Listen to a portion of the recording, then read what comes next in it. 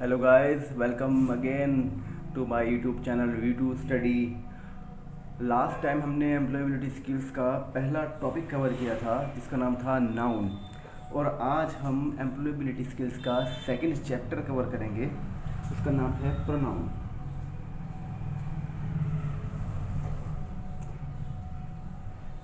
Pronoun की अगर बात करें तो प्रोनाउन एक ऐसा वर्ड है जो नाउन के स्थान पर प्रयुक्त होता है। Pronoun are words use in place of noun, यानी कि वो वर्ड जो नाउन को हटाकर उसकी जगह खुद ही प्रयोग होता है, उसे क्या बोलते हैं? प्रोनाउन बोलते हैं। तो बात करें अगर प्रोनाउन की, जैसे मैं लिख देता हूँ pronoun are words used in place of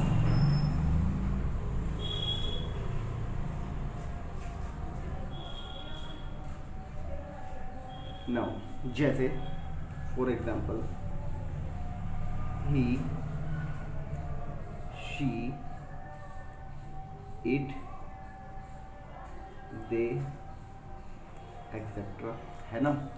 जैसे मैं एक सेंटेंस लेता हूँ, मारिया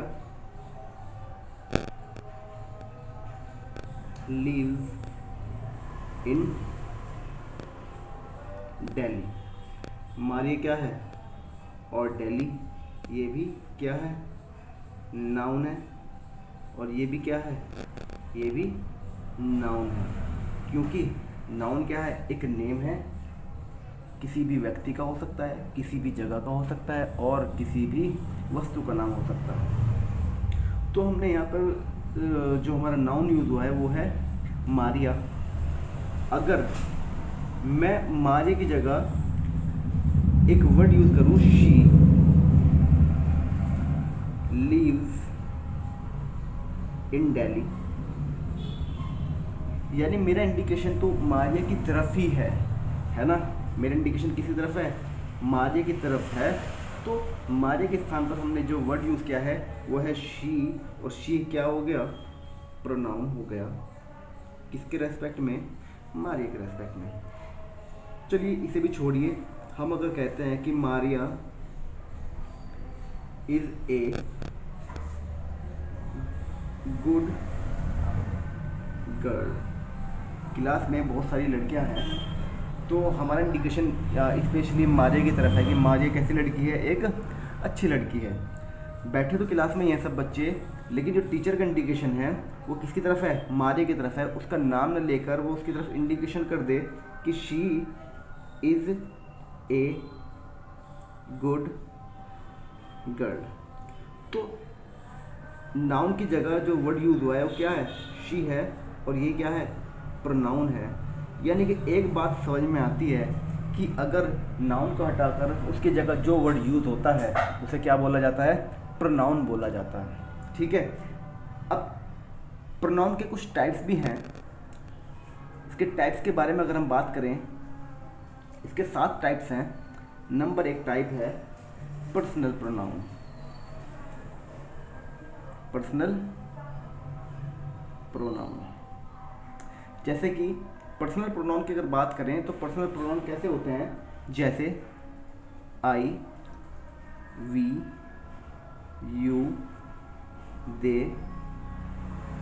ही, she, it etcetera.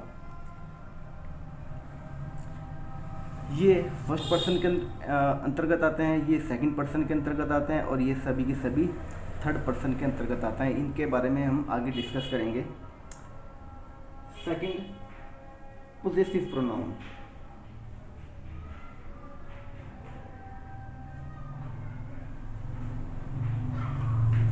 Possessive pronoun जैसे कि मैं है, इसका अधिकरण, मैंने कहा यह मेरा पेन है ना, यह मेरा पेन है, तो मैं इस पेन की तरफ क्या कर रहा हूँ? इंडिकेशन कर रहा हूँ, और इस पर मेरा एक अधिकार है कि मैंने कहा ये पेन मेरा है, दिस इज़ माई पेन, है ना। तो आई की जगह इसका पॉजिटिव केस क्या हो जाएगा? माई, जैसे वी का क्या हो जाएगा आवर, यू का क्या हो जाएगा योर, दे का क्या हो जाएगा देयर, है ना। ही का क्या हो जाएगा हिज, शी का क्या हो जाएगा हर, इट का क्या हो जाएगा इट्स। इस तरह से इन्हीं के क्या बन जाते हैं पॉजिटिव केसेस बन जाते हैं और इन्हें बोलते हैं positive pronoun. Third, demonstrative pronoun.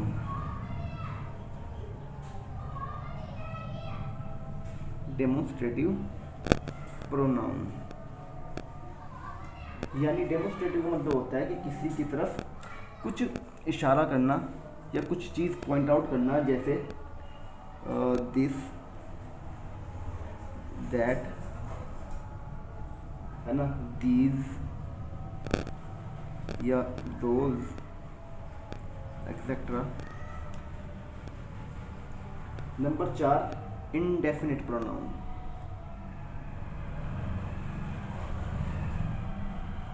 Indefinite pronoun indefinite का यानी कि अनिश्चित प्रोनाउन, जिसके बारे में हमें कुछ भी मतलब कुछ निश्चित तौर पर नहीं मालूम होता है, जैसे कि बोथ या एनी या एनीबडी या एनीथिंग या समबडी या समथिंग, है ना, एक्सेट्रा। ये कुछ वर्ड्स हैं जिनसे हमें कुछ नाउन के बारे में निश्चित रूप से नहीं मालूम होता है। जैसे 2 पर्सन हैं, हम बात करें कि बोथ आर इंटेलिजेंट, मतलब उनके बारे में हमें नहीं मालूम है कि वो 2 पर्सन कौन हैं, तो उसके लिए जो वर्ड यूज़ हो गया बोथ हो गया, एनी, एनीबडी, है ना। ये सारे जो वर्ड्स हैं वो क्या हैं इंडेफिनिट प्रोनाउन के अंतर्गत आते हैं। Number 5, reflexive pronoun. Reflexive pronoun वो होते हैं जो पर्सनल प्रोनाउन को रिफ्लेक्ट करते हैं। पर्सनल प्रोनाउन कौन से होते हैं, जैसे I, we, you, they, he, she, it etcetera. ये सारे हमारे वर्ड्स क्या हैं, ये पर्सनल प्रोनाउन है, और पर्सनल प्रोनाउन को जो रिफ्लेक्ट करता है वो रिफ्लेक्सिव प्रोनाउन कहलाता है। जैसे himself, herself, itself, themselves,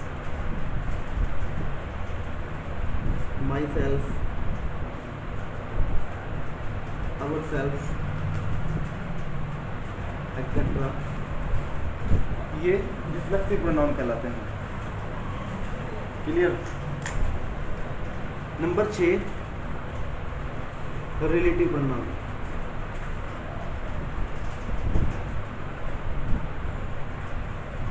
relative pronoun जैसे who, whose, whom, which, etc. Number 7, interrogative pronoun.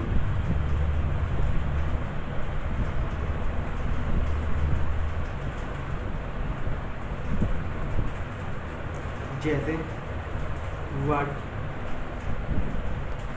which, who, whom, whose, etc. अब आप कहोगे कि सर ये भी who, whose, whom, which भी रिलेटिव प्रोनाउन है और ये इंटरोगेटिव प्रोनाउन भी हैं। ये डिपेंड करता है स्टेटमेंट पर, यानी कि सेंटेंस पर। सुनिए, अगर ये वर्ड्स किसी भी स्टेटमेंट के, किसी भी सेंटेंस के स्टार्टिंग में यूज़ होते हैं तो ये इंटरोगेटिव प्रोनाउन कहलाएंगे, और अगर यही वर्ड्स किसी स्टेटमेंट के, किसी भी सेंटेंस के बीच में प्रयुक्त होते हैं तो यही वर्ड्स रिलेटिव प्रोनाउन कहलाएंगे। जैसे मैं एक एग्जांपल के बिहाफ पे ये डाउट क्लियर करता हूँ आपको। मैं स्टेटमेंट लिखता हूँ, for example this is the girl who met me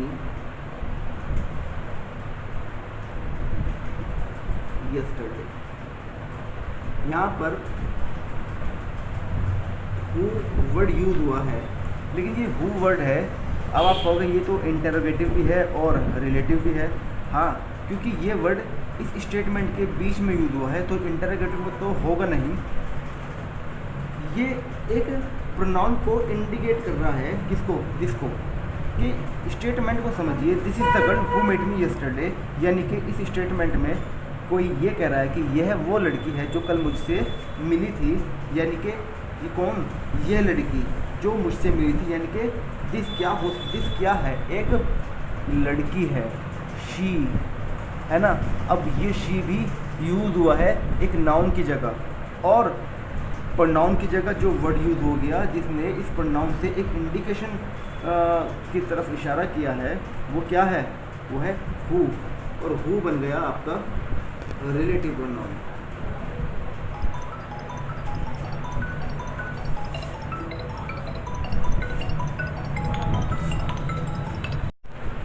तो ये तो कुछ टाइप्स थे प्रोनाउन के, और अब बात करते हैं प्रोनाउन के रूल्स की। रूल्स की बात करें तो रूल नंबर 1 की अगर मैं बात करूं, जितने भी हमारे पर्सनल प्रोनाउन हैं, वो जैसे आई हो या वी हो, you, they, he, she, it, etcetera, ये सारे प्रोनाउन हमारे नॉमिनेटिव केस होते हैं या सब्जेक्टिव केस होते हैं। यही प्रोनाउन सारे क्या कहलाते हैं, नॉमिनेटिव।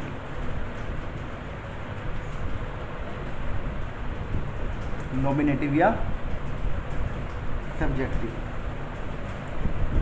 यानी कि ये जो वर्ड्स हैं I, we, you, they, he, she, it, ये सारे प्रोनाउन जो हैं ये किसी भी स्टेटमेंट के, किसी भी सेंटेंस के स्टार्टिंग में यूज़ होते हैं, और जो वर्ड किसी भी सेंटेंस के स्टार्टिंग में यूज़ होता है उसे हम सब्जेक्ट बोलते हैं। तो इसलिए इन प्रोनाउन को, यानी कि जितने पर्सनल प्रोनाउन हैं वो सारे क्या कहलाते हैं, नॉमिनेटिव केस कहलाते हैं या फिर सब्जेक्टिव केस कहलाते हैं। जैसे फॉर एग्ज़ाम्पल बात करूँ, ही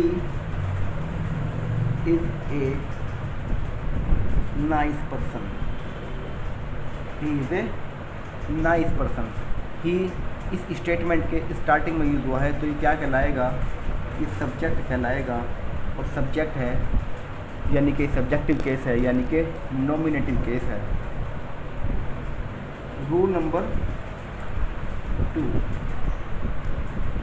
इन्हीं का एक पॉजिटिव केस होता है और दूसरा एक, इनसे अलावा एक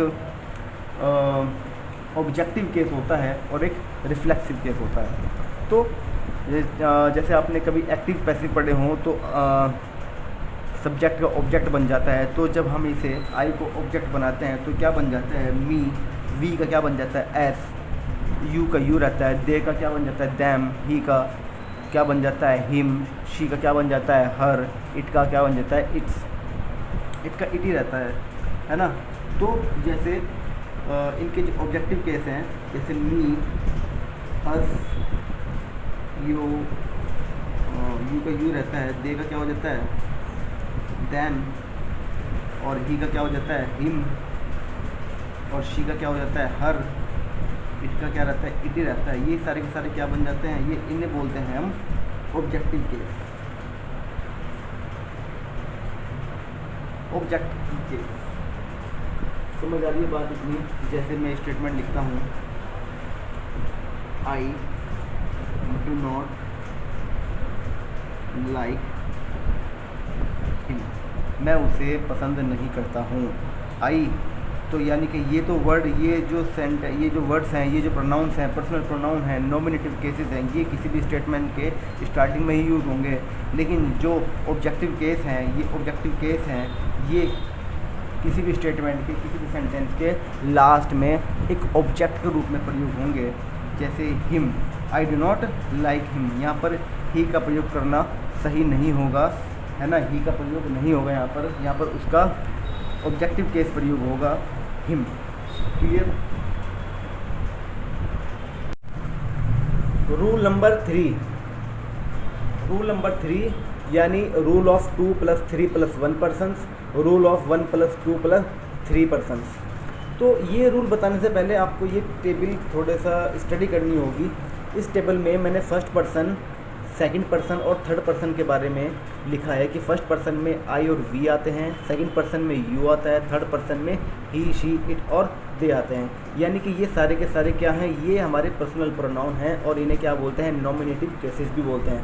इनके मैंने ऑब्जेक्टिव केसेस भी लिखे हैं, इनके मैंने पॉजिटिव केसेस भी लिखे हैं और इनके मैंने रिफ्लेक्सिव केसेस भी लिखे हैं।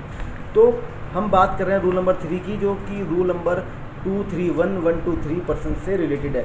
तो बात करें रूल ऑफ 2 + 3 + 1 पर्सन की, यानी कि पहले सेकंड पर्सन, फिर थर्ड पर्सन और लास्ट में फर्स्ट पर्सन आता है। ये जो रूल है ये सिंपल सेंटेंसेस में यूज़ होता है, यानी कि जो हमारे सिंपल सेंटेंसेस हैं, है ना, उनमें ये वाला रूल पर यूज़ होता है। रूल ऑफ 1 + 2 + 3, पहले फर्स्ट पर्सन, फिर सेकंड पर्सन, फिर third person.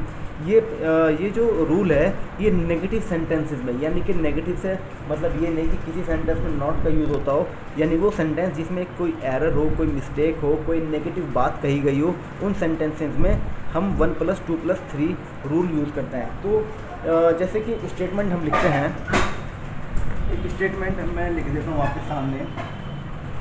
Statement for example, you, he and I are friends. You, he and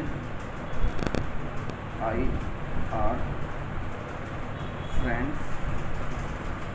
और सेकंड स्टेटमेंट लिखता हूँ, I, he and you are friends। तो स्टेटमेंट मैंने आपके सामने लिखे हैं, इनमें से एक स्टेटमेंट सही है और दूसरा स्टेटमेंट गलत है। अब कौन सा स्टेटमेंट सही है, कौन सा स्टेटमेंट गलत है, ज़रा इस रूल से हम देख लेते हैं। ये दोनों ही सेंटेंस एक सिंपल सेंटेंसेस हैं, यानी सिंपल सेंटेंसेस में पहले सेकंड पर्सन आता है, फिर थर्ड पर्सन और फिर फर्स्ट पर्सन। सेकंड पर्सन कौन होता है, सेकंड पर्सन यहाँ पर देखिए नॉमिनेटिव केस में आइए। नॉमिनेटिव केस यानी कि जो स्टार्ट में जो यूज़ हो रहा है, स्टार्टिंग में जो सब्जेक्ट यूज़ हो रहा है उसे हम नॉमिनेटिव केस बोलते हैं। पहले क्या आएगा, पहले सेकंड पर्सन आएगा। सेकंड पर्सन कौन है, यू है, यू आ गया, ठीक है। फिर थर्ड पर्सन में कौन आता है, ही, शी, इट, दे आता है, तो इसमें ही है, ठीक है। फिर लास्ट में फर्स्ट पर्सन यूज़ होगा। फर्स्ट पर्सन में क्या आ गया, आई आ गया। तो ये स्टेटमेंट कैसा है, बिल्कुल करेक्ट है। और सेकंड स्टेटमेंट में पहले फर्स्ट पर्सन यूज़ हुआ है, फिर थर्ड पर्सन यूज़ हुआ है, फिर थर्ड पर्सन यूज़ हुआ है और फिर लास्ट में सेकंड पर्सन यूज़ हुआ है। तो ये तो कोई रूल होता ही नहीं, 132 का तो कोई रूल है नहीं। ये स्टेटमेंट आपकी कैसी हो गई, गलत हो गई, ठीक है। ये था रूल नंबर 3। इसी तरह जिस सेंटेंस के अंदर कोई नेगेटिव बात कही गई हो, उसके अंदर पहले फर्स्ट पर्सन आएगा, फिर सेकंड, फिर थर्ड पर्सन आएगा। अब बात करते हैं रूल नंबर 4 की। रूल नंबर 4 जो है वो है लेट से रिलेटेड है, यानी कि जो लेट शब्द है उसका प्रयोग होता है ऑब्जेक्टिव केस में, यानी कि let is followed by objective case pronoun. Objective case pronoun, let is followed by objective case pronoun. मैं स्टेटमेंट लिखता हूँ, फॉर एग्जांपल मैंने स्टेटमेंट लिखी है कि let you and he work hard.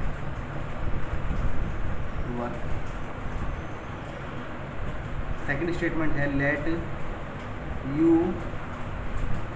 And him work hard. दोनों statement में एक स्टेटमेंट सही है, दूसरी स्टेटमेंट गलत है। अब देखिए, मैंने बताया है कि लेट का जो यूज़ होगा हमेशा ऑब्जेक्टिव केस प्रोनाउन में यूज़ होगा, ऑब्जेक्टिव केसेस प्रोनाउन में यूज़ होगा। अब ये तो ऑब्जेक्टिव केसेस लिखे हैं, ये नॉमिनेटिव केस लिखे हैं। देखिए, यू एक ऐसा प्रोनाउन है जो नॉमिनेटिव में भी वही होता है और ऑब्जेक्टिव में भी वही होता है। तो यू का तो आप यू को तो आप डिफाइन नहीं कर सकते कि ये नॉमिनेटिव है या सब्जेक्टिव है, लेकिन जो दूसरा प्रोनाउन यूज़ हुआ है उससे हम बता सकते हैं कि इनमें से कौन सी स्टेटमेंट गलत है। तो लेट का यूज़ हमेशा ऑब्जेक्टिव केस में यूज़ होगा, लेकिन यहाँ पर जो ही है वो कौन सा है, ही तो आपका नॉमिनेटिव केस है, तो ये प्रोनाउन तो ये स्टेटमेंट तो आपका गलत हो जाएगा। यू के साथ इसमें यूज हुआ है हिम, हिम कौन सा है, हिम ही का ऑब्जेक्टिव केस है, और यही कहता है कि लेट का यूज़ हमेशा ऑब्जेक्टिव केस में होगा, तो हिम हिम ऑब्जेक्टिव है और यू कैसा है, यू भी ऑब्जेक्टिव है, तो ये स्टेटमेंट कैसी हो जाएगी, करेक्ट हो जाएगी। रूल नंबर 5, रूल नंबर 5, एक प्रोनाउन होता है हमारा इट, ये हमारा पर्सनल प्रोनाउन है और इसका यूज हमेशा सब्जेक्ट के फॉर्म में होता है, सब्जेक्ट या कहिए नॉमिनेटिव, ये नॉमिनेटिव फॉर्म में होता है। It is followed, it is followed by subjective या नॉमिनेटिव केस। फॉर एग्जाम्पल,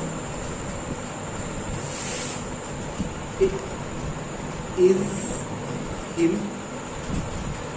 या इट इज ही। दो स्टेटमेंट मैंने आपके सामने लिखे हैं, इनमें एक स्टेटमेंट सही है और एक स्टेटमेंट गलत है, बताइए कौन सा स्टेटमेंट सही होगा।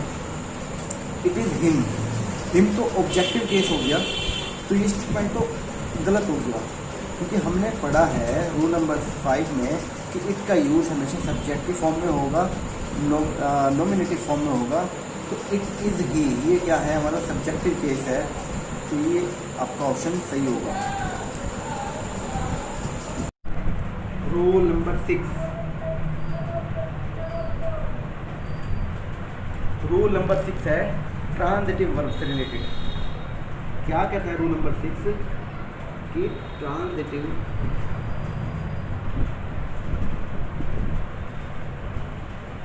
Verb take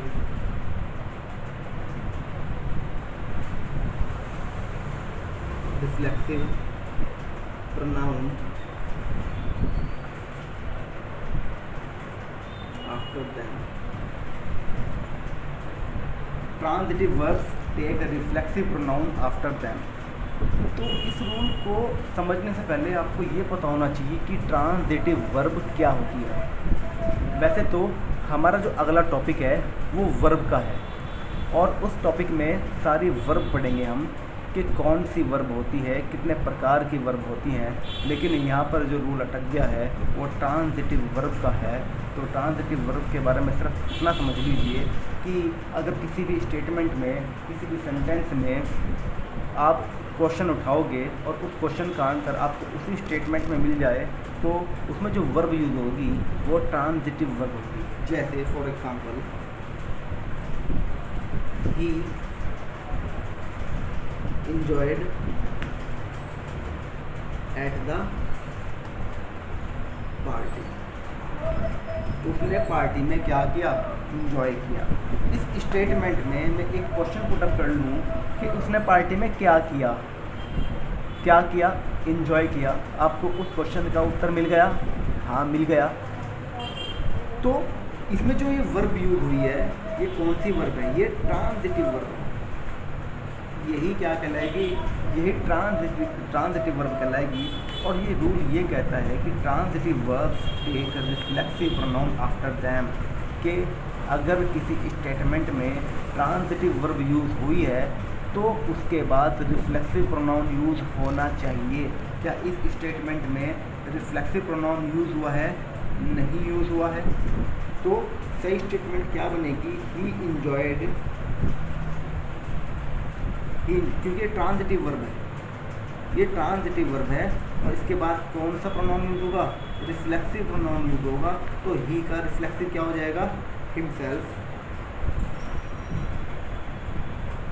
at the party.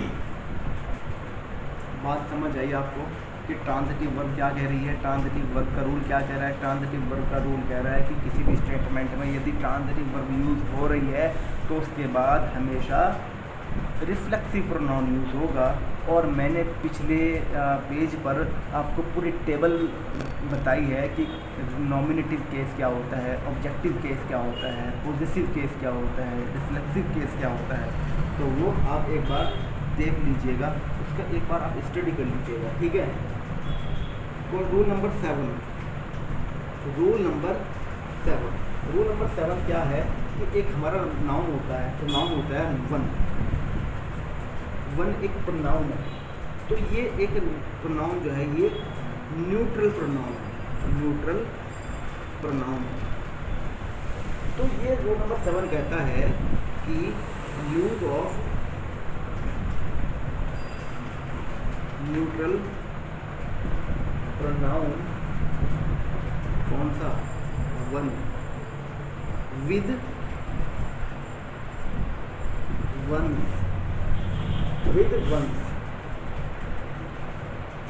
इसे आप इन्वर्टेड कॉमा यूज कर लीजिए, रिलेटिव।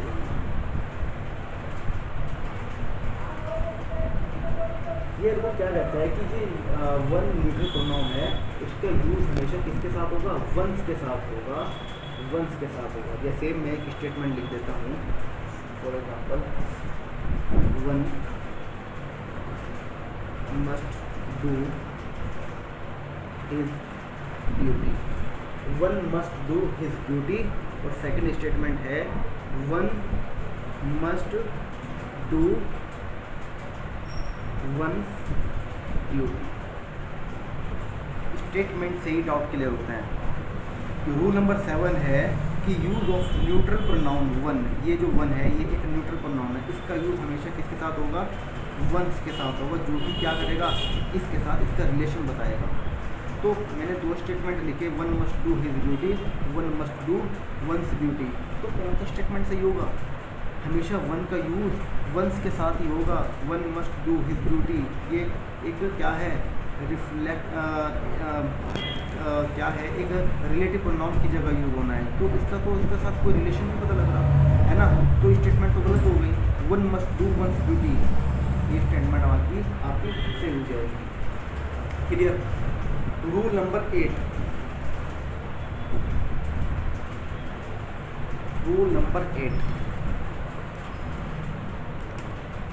8 क्या कहता है कि हु का और whom का यूज होगा, वो किसके लिए यूज होगा हमेशा, किसी पर्सन के लिए या पीपल के लिए। हु का और whom का प्रयोग हमेशा पर्सन और पीपल के लिए होगा। क्लियर। विच का यूज जो होता है वो थिंग्स के लिए या फिर एनिमल के लिए। एनिमल, विच का प्रयोग या तो थिंग्स के लिए होगा या फिर एनिमल के लिए होगा। और दैट का प्रयोग हमेशा सबके लिए होता है। That is used with all, वो क्या हो, चाहे पर्सन हो या फिर प्लेस हो या फिर कोई वस्तु हो, थिंग्स हो। रूल नंबर 8 ये कहता है कि दैट का प्रयोग हमेशा सबके साथ हो जाता है, पर्सन हो, प्लेस हो या वस्तु हो। और विच का प्रयोग हमेशा थिंग्स के लिए होगा या एनिमल के लिए होगा। और हु का प्रयोग हमेशा पर्सन या पीपल के लिए होगा। बात क्लियर होगी, ठीक है। Rule number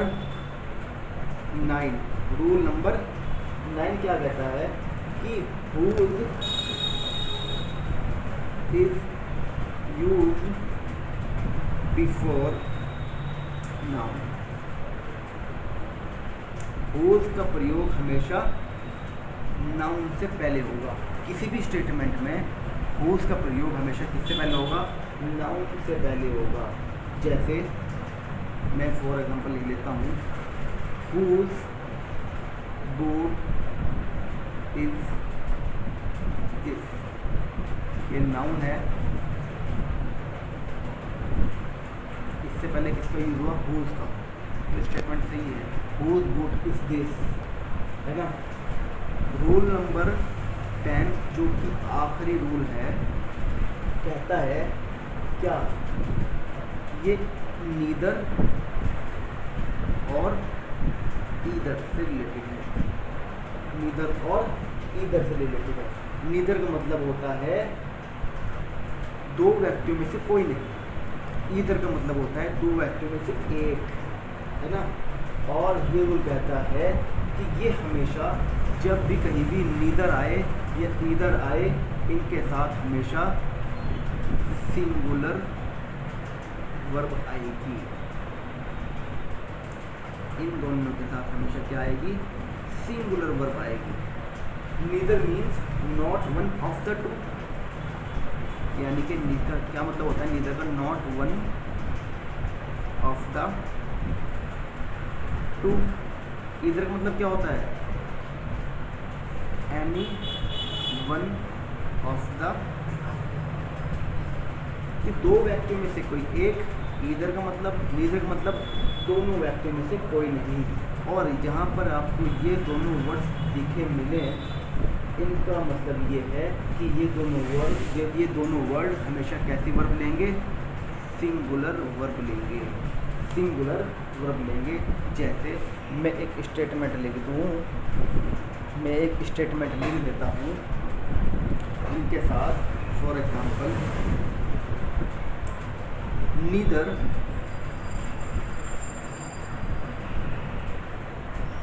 of the boys, देखो बॉयज तो आएगा ही है क्योंकि नीदर का मतलब दो है, नीदर ऑफ द बॉयज। अब बहुत से बच्चे सोचते हैं कि बॉयज आ गया, यहाँ पर प्लूरल नाउन यूज हो गया, तो यहाँ पर क्या आएगा, प्लूरल वर्ब आएगी, लेकिन यहाँ पर नीदर के साथ हमेशा क्या आएगी, सिंगुलर वर्ब आएगी, इज इजी। तो ये थे प्रोनाउन।